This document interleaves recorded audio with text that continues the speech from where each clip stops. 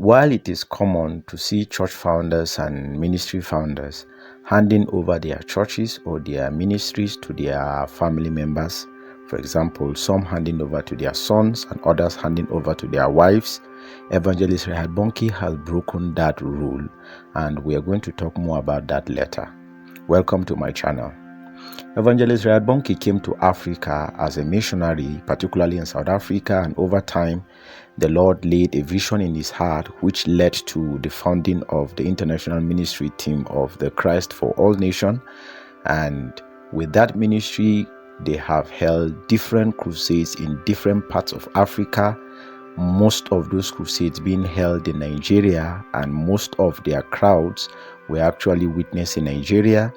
They have seen millions of decisions for Christ. They are almost heading to 100 million decisions for Christ. And in one of their meetings in Lagos 2000, the Millennium Crusade, they had over 1.6 million people attend a single meeting and over 1 million people giving their lives to Christ in a single service.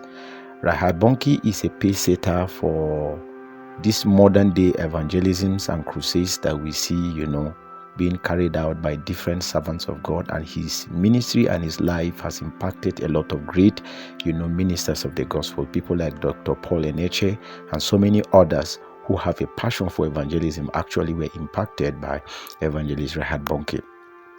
Reinhard Bonnie passed away in 2019 after he held his farewell crusade in Lagos, Nigeria, and then shortly afterwards he passed on to glory. And something happened very dramatic that has so far made Evangelist Reinhard Bonnie to be one of the exceptional and outstanding evangelists of the 21st century. I would say he probably is arguably one of the greatest evangelists of the 21st century. Apart from the fact that he spends most of his time in Africa organizing crusades and reaching to people, he met a lot of African presidents and leaders of nations and countries and great people. He maintained a very humble spirit, and he was not influenced by a lot of what influences most of the popular preachers that we see in our contemporary generation today. And like we said earlier, when it came to time to hand over the ministry, for as many people that know about Reinhard Bonnie, you know that he hailed from Germany before he became a US citizen. And normally, pastors, church founders, most of them rather hand over the ministry to their family members for various reasons. Now, not that handing over the ministry to a family member is wrong or it's a sin, but it's just the natural trend. And of course, we all would understand why church founders and church fathers will want to hand over their ministry to their family members for various reasons. And like we said, it's not necessarily wrong per se. But Reinhard Bonnie handed the ministry to someone entirely unexpected. He handed over the ministry to Evangelist, who is not a German citizen, not a member of Evangelist Reinhard Bonnie's family. If Reinhard Bonnie had even handed over to a German, you would have said, okay, at least he was looking at his country. But he is a German and handed over the ministry to someone who is an American. And he has his children, he has his son, elderly son, grown-up children. And during the time of even the farewell crusade, his last crusade, you will see his children behind the cameras and all of that. But he never saw them as potential candidates, to take over the ministry as it is. But he handed over to Evangelist Daniel Kolenda, an American citizen who is not even, a German citizen. And I think Reinhard Bonnie handed over the ministry to Daniel Kolenda because to him, it was more about the continuity of the gospel, carrying the gospel further, carrying the gospel to the ends of the earth.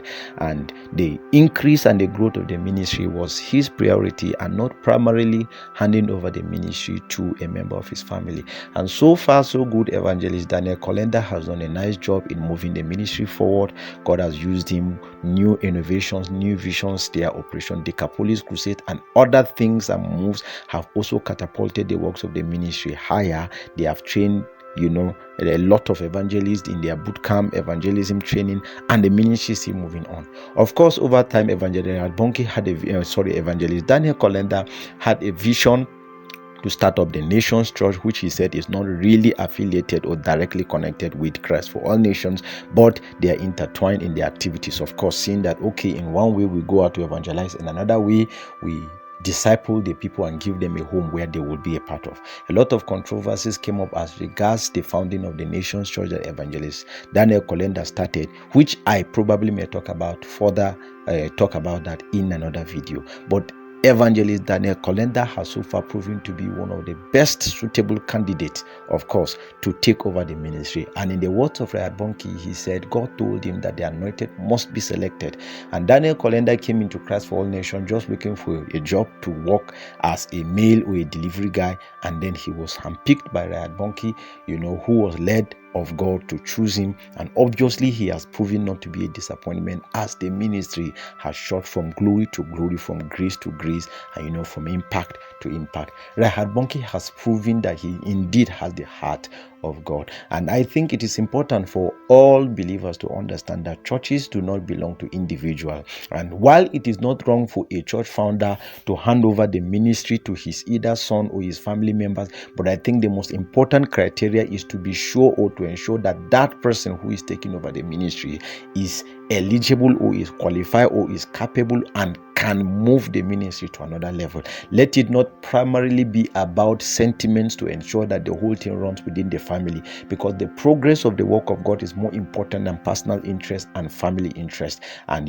Reinhard Bonnie has just proven that to the world. And I pray that God will help all believers and all churches and all pastors and founders to realize that it is the church of Christ whom he purchased with his own blood. And when it is time to hand it over, while like I said, it is not wrong to hand over the ministry to your family members or to the members of your family, but at the same time, it is very important to ensure that the handing over process is not done out of personal choice or preferences, but it is done out of the will of God, of who is the best and most suitable candidate to take the work of the ministry to another level. Thank you for watching until now.